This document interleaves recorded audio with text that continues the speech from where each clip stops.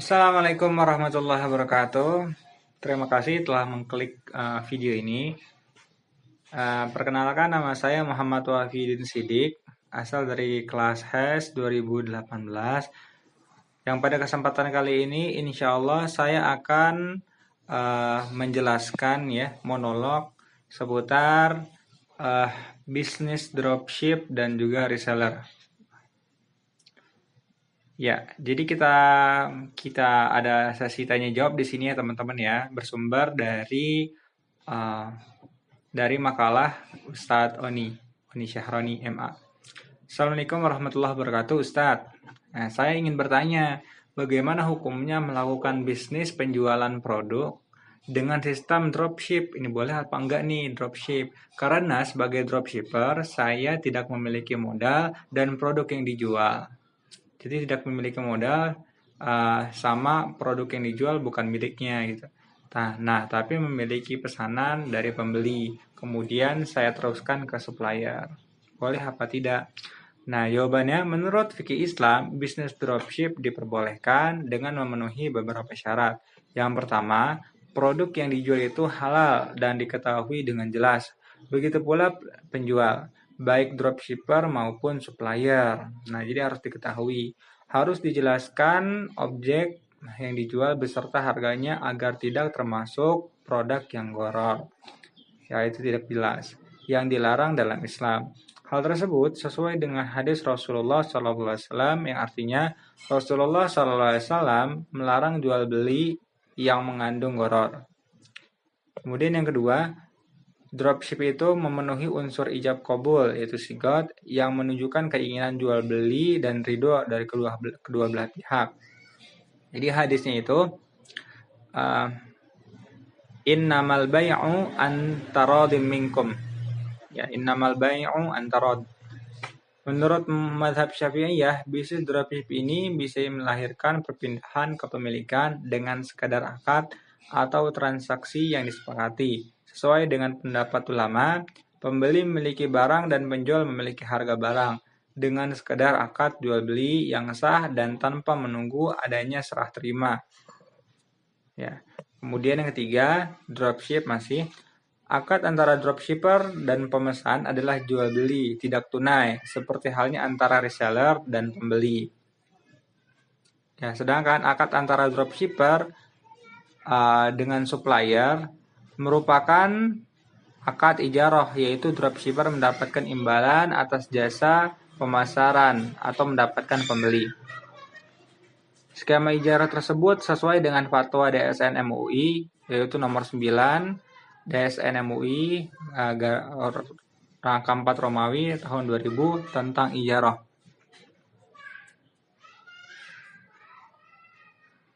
Ya, imbalan yang diterima oleh dropshipper atau reseller ini bisa berbentuk nominal tertentu atau presentasi yang telah disepakati antara produsen dan dropshipper. Contoh untuk imbalan dalam bentuk nominal adalah jika dropshipper bisa menjual satu produk baju, misalnya dia berhak mendapatkan imbalan. Sedangkan untuk imbalan dalam bentuk persentase, jika dropshipper bisa menjual satu produk baju, misalnya dia berhak mendapatkan persentase sekian persen dari harga jual selama jelas diketahuinya. Sebagaimana hadis riwayat Abdul Razak dari Abu Hurairah dan Abu Sa'ad Al-Khudri radhiyallahu anhum, Nabi SAW bersabda, barang siapa mempekerjakan pekerja, beritahukanlah upahnya. Kayak gitu ya teman-teman ya. Nah, kemudian berkenaan dengan bisnis reseller ya teman-teman ya. Jadi kita ilustrasikan ada seseorang yang berprofesi sebagai pembisnis reseller, yang mana pembisnis ini membeli cukup banyak barang dari supplier yang kemudian barang ini disetok, memiliki stok. Nah, dan kemudian reseller ini mendapatkan banyak orderan dari pembeli, dari para konsumen.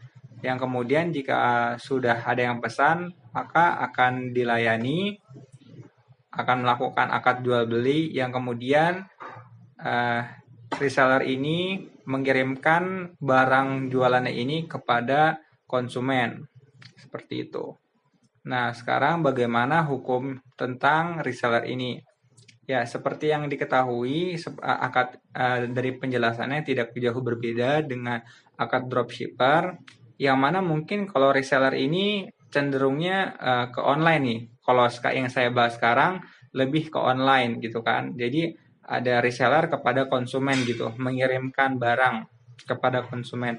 Nah, syarat-syarat dan ketentuannya tidak jauh berbeda dengan dropshipper, yaitu yang pertama harga harga barang yang dijual itu halal, diketahui dengan jelas, ya seperti itu. Dan juga harus dijelaskan pula objek jual belinya dengan sigotnya, memenuhi unsur ijab kabulnya.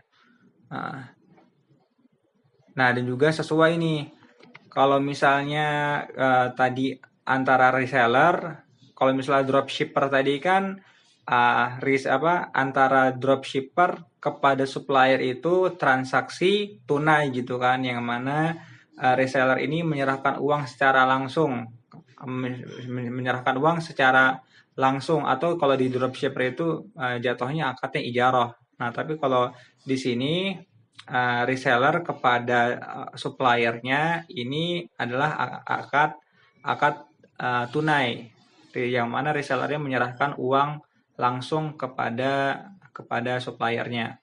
Nah, sedangkan reseller kepada konsumen ini dia yang sering kita lakukan gitu. Kita sebagai konsumen, reseller kepada konsumen ini adalah contoh transaksi tidak tunai ya teman-teman ya. Karena apa? Karena dari sini serah terima uangnya diserah kepada konsumen menyerahkan uangnya kepada reseller. Nah, tapi ini tidak terjadi secara langsung. Mungkin ada tunggu 1-2 hari baru barang itu sampai ke tangan konsumen, baru nanti akan bisa diproses uangnya masuk ke rekening resellernya, seperti itu. Intinya kalau konsumen ke reseller ini contoh transaksi yang tidak langsung ya teman-teman ya, karena memiliki waktu. Oke, jadi hukumnya ini dropshipper maupun reseller ini diperbolehkan dengan transaksi yang tunai maupun yang tidak tunai, ini diperbolehkan ya teman-teman ya, karena semuanya sesuai sama syarat, setelah terpenuhi syarat-syarat ketentuannya itu halal, ada sigot, ijab kabul dan lain-lain ya teman-teman ya. Dan juga sesuai sama hadis innamal bai'u antara minkum. Jadi sesungguhnya transaksi jual beli itu diperbolehkan dengan syarat salah satu pihaknya ridho atau ikhlas gitu ya teman-teman ya. Oke, cukup sekian. Assalamualaikum warahmatullahi wabarakatuh. Oke, nantikan video monolog selanjutnya.